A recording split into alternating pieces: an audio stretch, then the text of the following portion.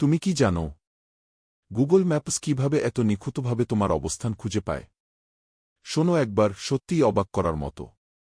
Google maps তোমার অবস্থান খুঁজে বের করে 3টা উপায়ে। প্রথম, জিপিএস স্যাটেলাইট।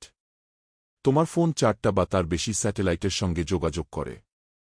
এই সংকেত মিলিয়ে হিসাব করে তুমি পৃথিবীর ঠিক কোন জায়গায় আছো। মজার ব্যাপার, এই স্যাটেলাইটগুলো প্রতি সেকেন্ডে প্রায় 4,000 কিলোমিটার বেগে ঘুরছে। দ্বিতীয়, ওয়াইফাই এবং মোবাইল টাওয়ার।